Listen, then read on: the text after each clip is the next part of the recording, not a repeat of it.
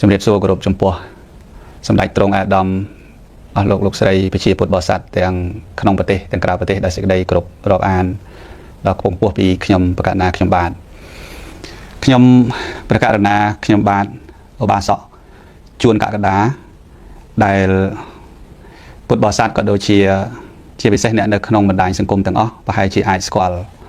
ខ្ញុំប្រកាសណាខ្ញុំបាទហើយដែលទៅតែលាចាកសិក្ខាបទកាលពីថ្ងៃទី19ខែ3វេលាម៉ោង8កន្លះព្រឹកកន្លងទៅនេះហើយក៏មានព័ត៌មានជាច្រើនដែល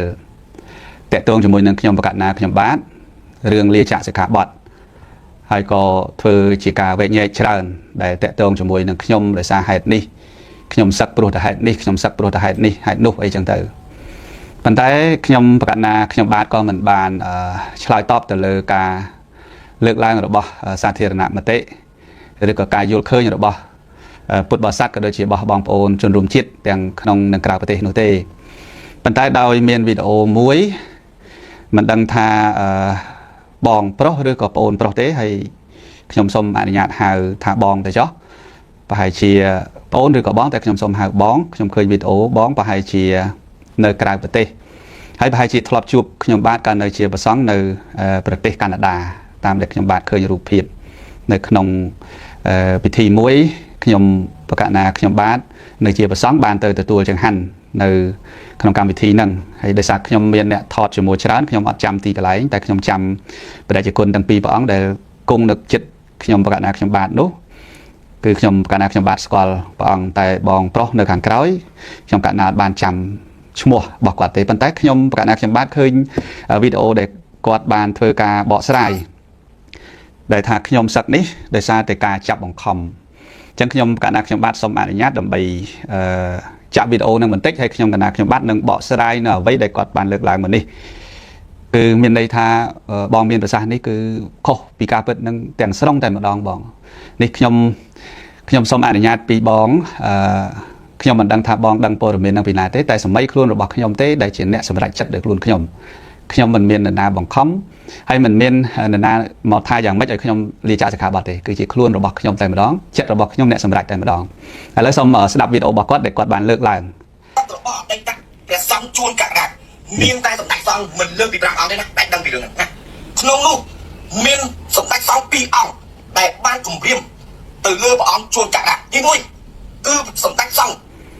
ឈឹងប៊ុនជាងណាទី2សម្ដេចសង្ឃខំសតណាដែលជាសង្ឃ7មករាណាបានគម្រាមព្រះអង្គជួនកក្កដាណាបងប្អូនជំនឿការសឹករបស់ព្រះអង្គជួនកក្កដានេះសូម្បីតែបងប្អូនបង្កើតបងប្អូនជីដូនមួយរបស់លោកនេះមិនបានទទួលដំណឹងផងណាបងប្អូនជាតិណាសម្ដេចសង្ឃកម្ពុជាហ្នឹងណាខប្រាប់ពីល្ងាចលោកព្រឹកឡើងម៉ោង9ចាក់សឹកទាំងទឹកក្រហមតែម្ដងបងប្អូនជាតិណាបងប្អូននេះវាឆ្លុះបញ្ចាំងយ៉ាងច្បាស់នៅផែនការរបស់ជួនក្នុងការកំទេចពុទ្ធសាសនាយើងណាបងប្អូនដឹងហើយពុទ្ធសាសនាគឺជាកន្លែងប្រមូលផ្ដុំអ្នកប្រាជ្ញបណ្ឌិតអ្នកចេះដឹងណាបងប្អូនណាអញ្ចឹងហើយទើបជួនប្រើប្រាស់អាយ៉ងរបស់ជួនហ្នឹងមានហ៊ុនសែនណាឲ្យកំទេចអ្នកប្រាជ្ញអ្នកចេះដឹងបណ្ឌិតឲ្យផ្ទៃទាំងអស់ណាហើយនឹងបំផ្លាញពុទ្ធសាសនាយើងឲ្យរលាយសាបសូន្យងាយស្រួលនឹងលេបយកទឹកដីកម្ពុជាយើងទាំងមូលណាបងប្អូនខ្ញុំប្រកាសណាខ្ញុំបាទសូមអនុញ្ញាតដើម្បីបកស្រាយនៅអ្វីដែលគាត់បានលើកឡើងនេះគឺសម្រាប់ខ្ញុំកណាខ្ញុំបាទតែម្ដងដូចជាមិនមានរឿងនឹងសោះខ្ញុំប្រកាសណាខ្ញុំបាទសូមទូលប្រកេននឹងជម្រាបឲ្យបានជ្រាបថាខ្ញុំដូចជាមិនមានរឿងអ្វីដូចដែលគាត់បានលើកឡើងនឹងសោះហើយខ្ញុំប្រកាសណាខ្ញុំបាទដែលលាចាកសិក្ខាបទដោយឃើញភ្លាមបាននាំគ្នាផ្ទុះថាលាចាកសិក្ខាបទនេះខ្ញុំកណាសូមទូលប្រកេននិងសូមជម្រាបជូនសាធារណជនទាំងអស់ឲ្យបានជ្រាបថាខ្ញុំកណាជាមនុស្សដែលពុទ្ធបរិស័ទគាត់បានស្គាល់ដឹងច្រើនហើយខ្ញុំជឿថាពុទ្ធបរិស័ទគាត់នៅស្រឡាញ់នៅស្ដាយច្រើនបើកាលណាខ្ញុំប្រាប់ថាខ្ញុំនឹងសឹកនៅថ្ងៃប៉ុណ្ណេះថ្ងៃប៉ុណ្ណោះខ្ញុំដើរប្រាប់គេតាមរោងបុណ្យខ្ញុំដើរប្រាប់គេតាមទីសាធារណៈឬញោមដែលស្គាល់សាកសម័យមើលថាតើអ្នកដែលបានចូលរួមនឹងមានប្រមាណអ្នកនេះគ្រាន់តែគិតទេហើយតើពួកគាត់នៅសុខទេថាដឹងតែខ្ញុំសឹកថ្ងៃប៉ុណ្ណេះប៉ុណ្ណោះខ្ញុំជឿប្រកាសណាស់ថាមិនសុខទេហើយគាត់នឹងមកហ្នឹងគឺប្រកាសជាមានអ្នកខ្លះគាត់អាណិតគាត់ស្ដាយគាត់នឹងយំស្រែកពេញតែវត្តហ្នឹងឯងហើយឲ្យខ្ញុំសម្រេចថាខ្ញុំសឹកទៅតើខ្ញុំមានអារម្មណ៍ថាយ៉ាងម៉េចការសម្រេចចិត្តរបស់ខ្ញុំហ្នឹងហាក់បីដូចជាធ្វើឲ្យពួកគាត់យំស្រែកអញ្ចឹងខ្ញុំសម្រេចចិត្តខ្លួនខ្ញុំថា ខ្ញុំដែលដាក់ថ្ងៃសឹកគឺខ្ញុំអត់ប្រាប់សាធារណជនពុទ្ធបរិស័ទញាតិមិត្តពធហ្នឹងឲ្យតាន់ពេលវេលាថាដឹងថ្ងៃនេះថ្ងៃនោះទេគឺខ្ញុំទើបតែប្រាប់ស្អែកឡើងសឹកគឺខ្ញុំប្រាប់ថ្ងៃហ្នឹងខ្ញុំប្រាប់ដូចយើងឃើញទាំងអស់គ្នានៅតាមបណ្ដាញសង្គមជាពិសេសញោមអាដាមម៉ុងរិទ្ធីខ្ញុំឆាតទៅគាត់ខ្ញុំប្រាប់គាត់នៅពេលដែលម៉ោង 10 ទៅហើយ 10 យប់ទៀតមិនមែន 10 ព្រឹកទេអញ្ចឹងមានន័យថាខ្ញុំព័ត៌មានដែលខ្ញុំសឹកនេះគឺខ្ញុំមិនបង្ហាញពុទ្ធបរិស័ទសាធារណជនឲ្យដឹងឲ្យឮមុនរយៈពេលយូរទេព្រោះខ្ញុំដឹងខ្លួនឯងថាប្រកាសជាមានបញ្ហាញោមអញ្ជើញមកច្រើនហើយអញ្ចឹងត្រឡប់មកវិញទៅលើបងដែលមានប្រសាសន៍នេះខ្ញុំសូមអរគុណហើយដែលបងគិតថាខ្ញុំជាអ្នកចេះដឹងមួយហើយខ្ញុំជាធនធានមនុស្សមួយដែលបងឲ្យតម្លៃដែលបងគិតថាខ្ញុំហ្នឹងអ្នកចេះប៉ុន្តែដែលបងមានប្រសាសន៍ដូចនេះធ្វើហាក់បីដូចជាបងសម្រាប់ខ្ញុំទៅវិញទេព្រោះខ្ញុំមិនមែនសម្ដេចព្រះពុទ្ធជ័យមនីខឹមសនសម្ដេចឈឹងប៊ុនជាលោកមកបខំខ្ញុំទេខ្ញុំនិយាយដោយការពិតគឺខ្ញុំទេអ្នកដែលទៅទូលសម្ដេចព្រះពុទ្ធជ័យមនីខឹមសនដំបូងបំផុតដែលខ្ញុំមកពីប្រទេសកាណាដាព្រោះខ្ញុំមកពីប្រទេសកាណាដាហើយខ្ញុំបានតែមួយថ្ងៃទេខ្ញុំចូលទៅថ្វាយបង្គំសម្ដេចព្រោះសម្ដេចនុនង៉ែតសម្ដេចព្រះអគ្គមហាសង្ឃរាជខ្ញុំនៅវត្តបទុមគឺនាំគ្នាហៅថាសម្ដេចកងព្រោះខ្ញុំអ្នកវត្តបទុមដែរទូលលោកមិនបានចាំដូចមុនទេព្រោះលោកបញ្ជូនច្រើនហើយអញ្ចឹងខ្ញុំថ្វាយបង្គំលោកហើយខ្ញុំទៅថ្វាយបង្គំព្រះសម្ដេចព្រះពុទ្ធជ័យមនីខឹមសនទូលថាសម្ដេចខ្ញុំកណាអស់អានិសង្ឃហើយខ្ញុំកណាសុំសឹកមិនមែនសម្ដេចបញ្ជាឲ្យសឹកទេសម្ដេចខាត់ទៀតខ្ញុំទូលទៅលោកថាខ្ញុំមានបំណងថាចង់សឹកនៅក្នុងបញ្ជន40នេះហើយអញ្ចឹងសូមសម្ដេចអនុគ្រោះដល់កូនចៅសូមលាសម្ដេចដើម្បីលាចាកសិក្ខាបទហើយប្រាប់ហេតុផលច្រើនប្រកេនទៅសម្ដេចជាអង្គម្ចាស់ហើយខ្ញុំនឹងសម្ដេចព្រះពុទ្ធជ័យមនីខឹមសនខ្ញុំអ្នករស់នៅក្រោមអាវ៉ាត់របស់លោកតាំងពីឆ្នាំ2006ម្លេះខ្ញុំនៅវត្តបទុមគាត់លេខ7វត្តបទុមបតីគឺញាតិញោមពុទ្ធបរិស័ទដឹងទាំងអស់ហើយទូទាំងប្រទេសថាខ្ញុំពីមុនជាប្រសង់នៅវត្តបទុមបតី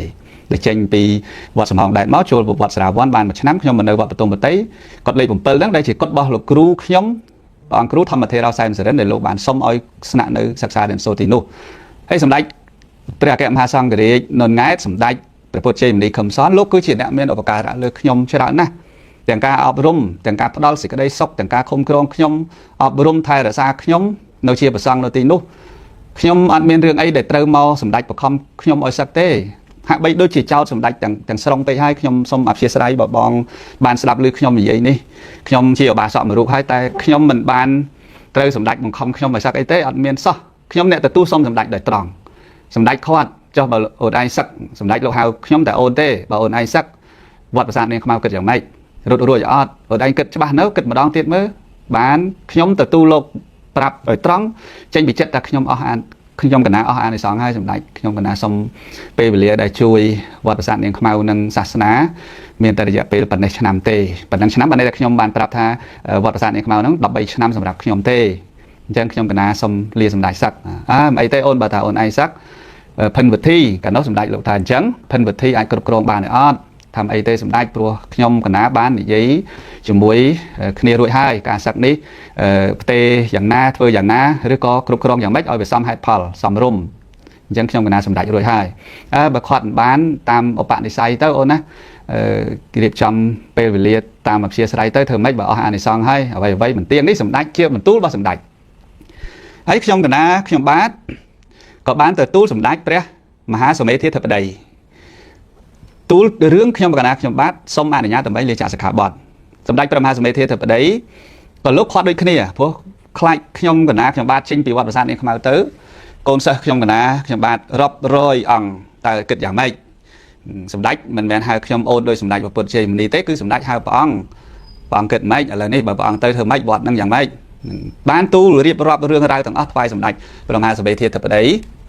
ថាទូលបង្គំបានរៀបចំរួចរាល់អស់ហើយទូលបង្គំសម្ដេចនឹងលាចាកសិក្ខាបទហើយអញ្ចឹងរឿងរ៉ាវទាំងអស់នេះខ្ញុំបានទទួលសម្ដេចដោយផ្ទាល់ខ្លួនខ្ញុំហើយសម្ដេចជាពិសេសសម្ដេចព្រះពុទ្ធជ័យមនីខឹមសនលោកមានករណាមេត្តាលើខ្ញុំណាកូនចៅដែលនៅក្រោមអាវ៉ាត់របស់សម្ដេចខ្ញុំនឹងហើយដែលជាមនុស្សមិនខ្វល់សុំការងារធ្វើអីទាំងអស់តែសម្ដេចសម្បីតែតួនាទីអីផ្សេងមកវត្តប្រាសាទនាងខ្មៅក៏សម្ដេចបានផ្ដល់ឲ្យធ្វើអូនឯងធ្វើជួយធ្វើខាងនេះធ្វើខាងនោះវិន័យធម៌គុណខេត្តតកែវក៏សម្ដេចថាអូនឯងជួយគ្នាការពារសាលាពុទ្ធិកៈ បង្រឹងសាលាពុទ្ធកៈនឹងឲ្យល្អឲ្យប្រសើរនេះការយកចិត្តទុកដាក់របស់សម្ដេចជាអង្គម្ចាស់ដែលជាលោកជាអ្នកមានគុណលើខ្ញុំបកណាខ្ញុំបាទតាំងពីឆ្នាំ2007មកម្លេះ2006ចូលមកគង់ចុងឆ្នាំ2007រហូតមកដល់ដែលខ្ញុំកណាខ្ញុំបាទមកនៅវត្តប្រាសាទនេះមកក៏ទៅមកនៅសំណាក់អាស្រ័យនៅទីនោះរឿងអីដែលសម្ដេចធ្វើមកបខំខ្ញុំកណាខ្ញុំបាទឲ្យសឹកអត់មានរឿងហេតុផលហ្នឹងទេហើយកុំគិតថាខ្ញុំនិយាយនេះប្រហែលជាមានអាណាគៀបសង្កត់ខ្ញុំអត់មានអាណាគៀបសង្កត់ខ្ញុំទេគឺខ្ញុំនិយាយដោយចិត្តរបស់ខ្ញុំនិងការសម្រេចចិត្តរបស់ខ្ញុំព្រោះខ្ញុំសម្រេចចិត្តតែខ្ញុំនឹងសឹកនៅក្នុងអាយុ40ហើយគោលដៅនេះខ្ញុំមិនមែនទៅតែខ្ញុំគិតថាខ្ញុំសឹកហើយថ្ងៃនេះថ្ងៃនោះទេខ្ញុំសន្មត់ខ្លួនខ្ញុំកំណត់ពេលវេលាខ្លួនខ្ញុំថាការងារទាំងឡាយខ្ញុំនៅជាលោកសង្ឃខ្ញុំធ្វើរហូតដល់ខ្ញុំអាយុ40គឺខ្ញុំកំណត់ចឹងមកពេលដែលខ្ញុំអាយុ40ខ្ញុំការងារដែលខ្ញុំធ្វើប្រយោជន៍សម្រាប់សាសនានិងសម្រាប់កូនសិស្សរបស់ខ្ញុំទោះបីចំនួនប្រហែល10សប្តាហ៍ថ្ងៃនេះរហូតដល់ចំនួនទី19នេះគឺខ្ញុំធ្វើរហូតពេលណាខ្ញុំសឹកគឺខ្ញុំអស់អានិសង្ឃរបស់ខ្ញុំគឺខ្ញុំដាក់ពេលវេលាខ្ញុំតែម្ដងអញ្ចឹងរឿងអីដែលថាខ្ញុំត្រូវសម្ដេចមកបខំហើយជាពិសេសមួយព្រះអង្គទៀតសម្ដេចព្រះឧត្តមចរិយាបណ្ឌិតឈឹងមុនជាសម្ដេចលោកអត់បានដឹងថាខ្ញុំសុំសឹកទេតែដល់ពេលខ្ញុំដាក់ថ្ងៃពេលវេលាឲ្យសម្ដេចជាអង្គម្ចាស់ឈឹងមុនជាខ្ញុំអត់បានទៅជួបផ្ទាល់ទៀតខ្ញុំបានខលទូរស័ព្ទទៅទូលសម្ដេចថាសម្ដេចខ្ញុំកណាសុំអនុញ្ញាតថ្វាយបង្គំលាសម្ដេចសឹកហើយសុំសម្ដេចមេត្តាចូលរួមផងសម្ដេចព្រះមហារាជវង្សបណ្ឌិតយ៉នសីយាតក៏ដូចគ្នាខ្ញុំក៏ទូរស័ព្ទទៅប្រកេនលោកថាខ្ញុំកណាលាចាកសកាបថ្ងៃនេះថ្ងៃនោះហើយថ្ងៃទី19អញ្ចឹងណាសូមសម្ដេចមេត្តាចូលរួមផងអញ្ចឹងរឿងរ៉ាវទាំងអស់នេះគឺខ្ញុំអ្នកកំណត់តែគ្រាន់តែថាដេញថ្ងៃដេញខែខ្ញុំបកគលថ្វាយសម្ដេចព្រះមហាសមេធាធិបតីអំលំហេងដែលលោកថាមើលអូនឯងកើតឆ្នាំអីព្រះអង្គកើតឆ្នាំអីព្រះអង្គខ្ញុំក៏ប្រាប់ថាខ្ញុំកណាទូលបង្គំឆ្នាំនេះទៅលោកថាឆ្នាំហ្នឹងដាក់ថ្ងៃប៉ុណ្ណេះសមថ្ងៃប៉ុណ្ណេះសមអញ្ចឹងយើងធ្វើតាមរបៀបបុរាណថាសឹកឲ្យមានឧបជាសឹកឲ្យមានបាអាចារ្យហ្នឹងអ្នករៀបចំឲ្យកុំឲ្យសឹកដោយសារតែចង់ខ្លួនឯងចេះទៅត្មងអញ្ចឹងថ្វាយទៅលោកដេញថ្ងៃនេះល្អថ្ងៃសុក្រល្អថ្ងៃសៅរ៍ល្អថ្ងៃពុធល្អអញ្ចឹងទៅក៏សម្រេចថ្ងៃ19ហ្នឹងថ្ងៃពុធហ្នឹងទៅហ្នឹងហើយអញ្ចឹងខ្ញុំកំណត់ហើយដែលបងមានប្រសាសន៍មួយទៀតថាបងថាខ្ញុំបងប្អូនខ្ញុំបងប្អូនជីដូនមួយខ្ញុំមីងពូខ្ញុំសិតតែអត់មានអ្នកដឹងទាំងអស់មិនមែនដូច្នោះទេបងប្អូនខ្ញុំជីដូនមួយខ្ញុំពូមីងខ្ញុំគាត់ដឹងយូរហើយខ្ញុំប្រាប់យូរហើយខ្ញុំប្រាប់នឹងប្រាប់មិនមែនទៅប្រាប់តែឥឡូវទេខ្ញុំប្រាប់តាំងតែពីដើមឡើយមកថាខ្ញុំអាយុ40ខ្ញុំនឹងសឹកហើយមុន1ខែ2ខែខ្ញុំប្រាប់ឲ្យរួចស្រេចហើយថាខ្ញុំដាក់ថ្ងៃពេលវេលាហើយខ្ញុំនឹងសឹកហើយខ្ញុំសម្រេចខ្លួនខ្ញុំអញ្ចឹងខ្ញុំអត់មាននរណាមកបង្ខំខ្ញុំទេសូមបងអព្យាស្រ័យអភ័យទោសខ្ញុំសូមបដិបត្តិគោរពពីចង្អាយសម្រាប់បងដែលបានបកស្រាយនេះគឺមិនមែនជាការពិតសម្រាប់ខ្ញុំទេខ្ញុំដាក់ចិត្តដាក់កាយរបស់ខ្ញុំបួសពី13ឆ្នាំរហូតដល់40ខ្ញុំគិតថាខ្ញុំរៀងហត់នឿយច្រើននេះខ្ញុំនិយាយពីបេះដូងរបស់ខ្ញុំណាគឺខ្ញុំហត់នឿយច្រើនណាស់ទាំងការចិញ្ចឹមទំនប់បំរុងការស្វែងរកជំនួយផ្សេងដើម្បីឧបត្ថម្ភកូនសិស្សខ្ញុំរហូតមកដល់ថ្ងៃនេះដែលខ្ញុំចាក់សិក្ខាបទបាត់ចំនួន3ថ្ងៃនេះមានន័យថាកូនសិស្សរបស់ខ្ញុំបានដល់ទៅ4677អង្គហើយអញ្ចឹងខ្ញុំគិតថាកូនសិស្សទាំងឡាយលោកគ្រូធ្វើបានប៉ុណ្ណឹងហើយសូមកូនសិស្សទាំងឡាយហ្នឹងយល់ថាលោកគ្រូមានការហត់នឿយច្រើនហើយអញ្ចឹងលោកគ្រូធ្វើការទាំងអស់នេះគឺដើម្បីកូនសិស្សទាំងអស់តែលោកគ្រូអត់មានជីវិតខ្លួនឯងទេអញ្ចឹងលោកគ្រូទៅណាមកណាធ្វើអីគឺសិតតែជាជីវិតរបស់កូនសិស្សយកខ្លួនឯងដើរតួជាអ្នករកជំនួយចិញ្ចឹមឧបត្ថម្ភអប់រំឈឺស្កាត់ពេទ្យមកអីផ្សេងអញ្ចឹងលោកគ្រូមានបន្ទុកធ្ងន់ហើយសុំសម្រាប់ហើយអាយុ40ហ្នឹងមានន័យថាម៉េចក្នុងអាយុ40នេះខ្ញុំសូមអនុញ្ញាតសម្រាប់ជីវិតរបស់ខ្ញុំពីកិច្ចរវល់ទាំងអស់នោះខ្ញុំសូមគិតគូរជីវិតខ្លួនខ្ញុំពេលវេលាខ្លួនខ្ញុំអនាគតខ្លួនខ្ញុំហើយនឹងការរៀនសូត្ររបស់ខ្លួនខ្ញុំបើខ្ញុំនៅជាព្រះសង្ឃខ្ញុំជួយបានដល់សាសនារបស់ខ្ញុំព្រោះសាសនារបស់ខ្ញុំគឺមានគុណលើខ្ញុំដល់ក្រៃលែងដែលចិញ្ចឹមខ្ញុំអប់រំខ្ញុំបីបាច់ខ្ញុំថែរក្សាខ្ញុំបង្កើតឲ្យខ្ញុំមានគំនិតមានបញ្ញាមានការចេះដឹងហើយនឹងការតបគុណទៅវិញនេះគឺជាគុណអំណាចរបស់សាសនាដែលបានចិញ្ចឹមខ្ញុំទៅបានខ្ញុំធ្វើទាំងអស់នេះហើយខ្ញុំសូមពេលរបស់ខ្ញុំតែពេលដែលខ្ញុំលេចាកសិក្ខាបទទៅប៉ុណ្ណឹងឯងខ្ញុំសូមជីវិតរបស់ខ្ញុំទេដើម្បីឲ្យខ្ញុំគិតពីខ្លួនខ្ញុំផងគ្មាននរណាមកបង្ខំអីខ្ញុំទាំងអស់ហើយទៅបងលើកមកឯណាឯណីពេញទឹកពេញដីចេះបងយល់អត់ទាន់បានជ្រៅទេហើយខ្ញុំសុំទោសបើបងខឹងខ្ញុំចំណុចនេះតែបងគិតថាតើបងនិយាយតើខ្ញុំដាក់ខ្ញុំនេះតើវារឿងពិតឬក៏អត់បានមកពីណាដែលខ្ញុំខ្លួនឯងនេះខ្ញុំមិនទាំងបានប្រាប់នរណាផងហ្នឹងថាខ្ញុំសឹកថ្ងៃណាខ្ញុំប្រាប់តែបងប្អូនខ្ញុំប្រាប់ទូលតែសម្ដេចជាអង្គម្ចាស់ហើយខ្ញុំនិយាយ ជាមួយតែព្រះអង្គភិនវិធីហើយនឹងបងអាចារ្យទួនឈុនខ្ញុំនិយាយតែគ្នាខ្ញុំពីរបីនាក់ទេតែខ្ញុំដាក់ចិត្តដាក់កាយតែខ្ញុំសឹកចឹងខ្ញុំសូមផ្ដាំផ្ញើវីដេអូនេះមិនមែនចំពោះតែបងប្រុសដែលបានបកស្រាយទាំងអ្វីមិនមែនការពិតនឹងថាជូនដល់សាធារណជនប្រកេនដល់ព្រះអង្គគ្រប់អង្គហើយនឹងពុទ្ធបរិស័ទរបស់ពុទ្ធសាសនាមណ្ឌលទាំងក្នុងនិងក្រៅប្រទេសផងដែរថាខ្ញុំអស់អានិសង្ឃជាព្រះសង្ឃខ្ញុំអស់បុណ្យជាព្រះសង្ឃខ្ញុំសម្រេចចិត្តលាចាកសិក្ខាបទដោយខ្លួនរបស់ខ្ញុំមិនមាននរណាបង្ខំឡើយអ្វីដែលខ្ញុំនិយាយគឺជាការពិតហើយខ្ញុំបញ្ជាក់ខ្លួនខ្ញុំទៀតណាខ្ញុំ40ខ្ញុំសឹកគឺខ្ញុំកំណត់ខ្លួនខ្ញុំស្លាច់អញ្ចឹងខ្ញុំអាយុ40គឺខ្ញុំសឹកហើយអញ្ចឹង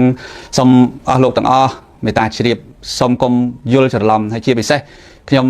ពេលដែលលើបងបកស្រាយសម្ដេចខឹមសនសម្ដេចខឹមសនពេញមាត់ហើយម៉ាត់សម្ដេចឈឹងមុនជាពេញមាត់ហើយម៉ាត់នេះខ្ញុំមានអារម្មណ៍មួយថាហេតុអីខ្ញុំសឹកទៅធ្វើបាបលោកជាអ្នកមានគុណខ្ញុំហើយមិនបានត្រូវទៅជារងគ្រោះទៅលើលោកទៅវិញព្រោះបើសម្ដេចឈឹងមុនជានឹងខ្ញុំមិនបានស្នាក់នៅជាមួយនឹងសម្ដេចទេគ្រាន់តែប្រស្រ័យតាក់ទងស្គាល់សម្ដេចនៅក្នុងភេទជាបព្វជិតនឹងពេលខ្លះក៏សម្ដែងធម៌មួយសម្ដេចខ្លះកាលពីមុនតែបើសម្ដេចខំសនតែម្ដងគឺលោកជាអ្នកមានគុណលើខ្ញុំណាច្រើនមែនទែនដែលខ្ញុំមិនអាចរៀបរាប់នៅប្រគុណរបស់លោកបានហើយមកដល់ពេលនេះក៏ខ្ញុំនៅតែស្នាក់អាស្រ័យជាមួយសម្ដេចជាអង្គម្ចាស់ដដែលអញ្ចឹងសូមបងពិចារណាឡើងវិញហើយគិតឡើងវិញហើយជាពិសេសសូមពុទ្ធបរិស័ទទាំងអស់ទាំងក្នុងនិងក្រៅប្រទេសមេត្តាកុំយល់ច្រឡំបែបនេះអីខ្ញុំលឺហើយដូចជារង្គៀសចិត្តជាមួយនឹងការបកស្រាយរបស់បងដូចជាមិនត្រូវរឿងសំបីតែបន្តិចសោះដែលខ្ញុំមិនអាចទទួលយកបានសូមឲ្យខ្ញុំលាចាកសិក្ខាបទរបស់ខ្ញុំទាំងដែលខ្ញុំសម្រេចចិត្តខ្លួនខ្ញុំឲ្យខ្ញុំទៅបានសេចក្តីសុខខ្លួនខ្ញុំផងឲ្យខ្ញុំបានមានសេរីភាពខ្លួនខ្ញុំផងឲ្យខ្ញុំទៅដោយសេចក្តីសុខខ្លួនខ្ញុំនិងគំនិតខ្លួនខ្ញុំដែលខ្ញុំចង់នឹងផងសូមអនុញ្ញាតបងប្អូនជនរួមជាតិពុកម៉ែបងប្អូនទាំងក្នុងនិងក្រៅប្រទេសមេត្តាសន្តោសប្រោសប្រណីអាណិតដល់ខ្ញុំឈប់យកខ្ញុំទៅដាក់នេះយកខ្ញុំទៅដាក់ឯនោះនឹងយកខ្ញុំទៅលៀបជាមួយពណ៌នេះយកខ្ញុំទៅលៀបជាមួយពណ៌នោះខ្ញុំមិនមែនជាអ្នកដែលត្រូវប្រឡាក់ពណ៌ដោយដែលបងប្អូនបានលើកឡើងមួយចំនួននោះទេអញ្ចឹងខ្ញុំផ្ញើសារនេះគ្រាន់តែជូនទៅដល់បងដែលបានបកស្រាយនេះហើយនឹងជូនទៅដល់ពុទ្ធបរិស័ទទាំងក្នុងនិងក្រៅប្រទេសដើម្បីបានស្ដាប់និងពិចារណាញាតិញោមអាចស្គាល់ជួនកក្កដាបានច្រើនណាស់តាមរយៈធម៌ទេសនាជួនកក្កដាចរិតយ៉ាងម៉េចក៏ញាតិញោមអាចស្ដាប់បានតាមធម្មទេសនាការនិយាយគឺបង្ហាញពីអត្តចរិតហើយអញ្ចឹងការនិយាយរបស់ខ្ញុំ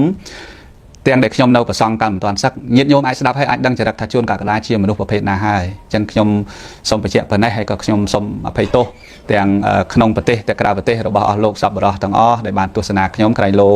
ចំណុចណាមួយដែលកាយវិការរបស់ខ្ញុំមិនគួរគប់មិនសមរម្យចំណុចណាមួយសូមមេត្តាខន្តីអភ័យទោសហើយខ្ញុំសូមប្រគេនពរថ្វាយសម្ដេចជាអង្គម្ចាស់ប្រកាសណាគ្រប់អង្គជូនពរដល់អស់លោកសប្បុរសប្រុសស្រីទាំងក្នុងនិងក្រៅប្រទេសសូមឲ្យបានសុខចម្រើនគ្រប់ព្រះអង្គគ្រប់គ្នាសូមក្រាបថ្វាយបង្គំលាសូមជម្រាបលាខ្ញុំមិនបានត្រូវសម្ដេចបង្ខំខ្ញុំឲ្យសឹកអីទេអត់មានសោះខ្ញុំអ្នកទទួលសូមសម្ដេចដោយត្រង់សម្ដេចខាត់ចុះបើអូនឯងសឹកសម្ដេចលោកហៅខ្ញុំតែអូនទេបើអូនឯងសឹកវត្តប្រាសាទនាងខ្មៅគិតយ៉ាងម៉េចរត់រួចអត់អូនឯងគិតច្បាស់នៅគិតម្ដងទៀតមើលទូលបង្គំខ្ញុំប្រកាសណាសូមនមស្ការក្រាបថ្វាយបង្គំចំពោះសម្ដេចជាអង្គម្ចាស់